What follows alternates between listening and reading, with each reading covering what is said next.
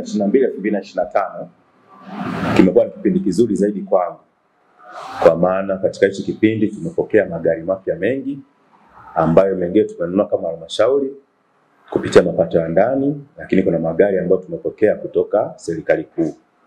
Kwa hiyo ongezeko kubwa la magari limeweza kunirahisishia kama afisa usafirishaji kwenye majukumu yangu ya kila siku. Madereva walioajiriwa, kuna ambao wameajiriwa kwa mkataba, kwa maana mkataba muda mfupi, na ambao wameajiriwa kwa mkataba tunasema ajira za kudumu. Walioajiriwa kwa ajira za kudumu ni madereva 6, na waliopo kwa mkataba, walioajiriwa kwa mkataba kwa kipindi ni madereva 12. Kwa kuna ongezeko la madereva 18 katika kipindi cha miaka mitatu. Tunashukuru sana kwa mkurugenzi aliyefika, Bwana Tamim Kambona. Ametusaidia sana madereva tangu ujio wake, ametusaidia katika kuongeza magari. Maana kipindi mimi nimeajiriwa tulikuwa tuna uhaba sana wa magari. Tulikuwa tuna magari 3 au 4 ambao walikuwa wanafanya kazi. Na yalikuwa yakiharibika, yalikuwa yanakaa muda mrefu sana bila kufanya matengenezo. Lakini tangia amefika yeye, amekuwa akitusaidia sana, amekuwa akitusikiliza sana madereva. Pale tunapokuwa tuna shida kurekebisha magari, amekuwa akirekebisha magari kwa wakati, amekuwa akinunua vifaa, matairi kwa wakati. Hilo tunampongeza sana. Ni kazi ngumu sana. Lakini baada ya huyu bwana kuingia, ni mtu mmoja ambaye anauelewa na anafahamu gari linatakiwa liweje, lakini maintenance ya magari inatakiwa kufanyika kwa namna gani. Hivyo amekuwa ni mtu ambaye sisi madereva tunampongeza na kumshukuru sana, kwani anatupa ushirikiano wa kutosha, anatutia moyo. Kuna mahala inafika hatua unakata tamaa kuona sasa inakuaje hili jambo, lakini ni mwepesi kusema hili lifanyike hivi. Ukienda kuomba matengenezo, si mtu mwenye kusita, hata kusaidia kwa kile kinachowezekana. Nimeajiriwa mwezi wa 11 mwaka 2024. Tokea nimekuja katika halmashauri hii ya wilaya ya Chunya, kiukweli katika sekta yetu hii ya udereva, kiukweli ameongeza idadi kubwa sana ya magari. Hata mimi tokea nilipokuja mpaka leo hii sikupata shida katika sekta hii ya kupata gari. Ongezeko la uwepo wa magari katika halmashauri yetu unatusaidia katika kutekeleza majukumu mbalimbali. Ukienda moja kwa moja kwenye upande wetu wa idara ya afya, kwa sasa tuna jumla ya magari 8. Tuna ambulance zipatazo 5 na 3 zinafanya kazi kama kawaida na 2 zipo kwenye matengenezo madogo madogo. Pindi zitakapokamilishwa matengenezo madogo madogo, basi zitaingia katika kuendeleza majukumu mengine. Lakini sasa ili uweze kufanya kazi lazima uwe na vitendea kazi kama magari, mapikipiki.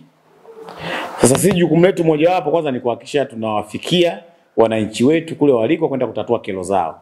Kama hauna magari, tena magari sio magari, ni magari tu, magari yenye uhakika, itakuwa ni changamoto kuweza kuwafikia kule waliko wananchi wetu kwa ajili ya kwenda kutoa huduma. Lakini pia kama hauna magari au mapikipiki, huwezi ukakusanya mapato kama inavyotakiwa kwa hapa kwetu.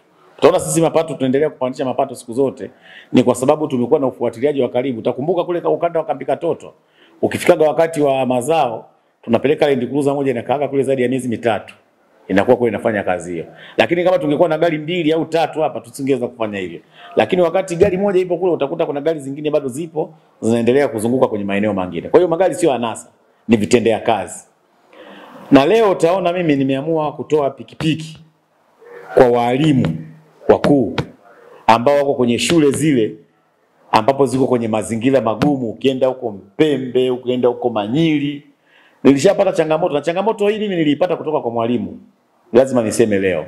Mwalimu mmoja sitaki nimtaje hapa, alikuja hapa wakati naongea naye alitoa malalamiko hayo. Anapotoka ili atoke kituoni kwake mpaka akapate sehemu ambapo atapanda basi Igembe Sabo haje huko, anakodi pikipiki kwa shilingi 30,000.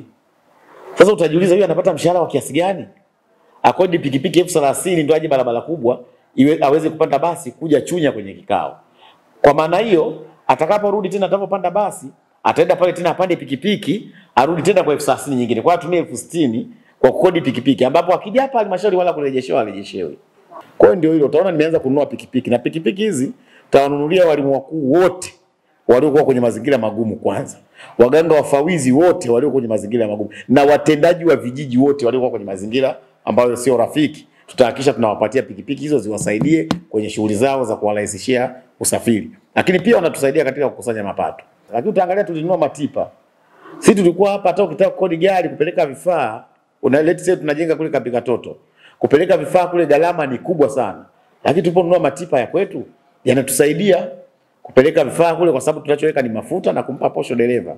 Hamna gharama nyingine na hakuna gharama ambao wanachangia wale walimu. Lakini hata ikienda kule itakaposomba vifaa vya ujenzi kwa mfano na vitendea kazi vyetu hivi bado havijatosha. Kwa hiyo tutaendelea kuimarisha tuhakikishe vinapatikana. Na sasa umekuja na utaratibu mwingine. Mimi naonaga kero watu wanavyozungumza hata kwenye yale magrupu mbalimbali.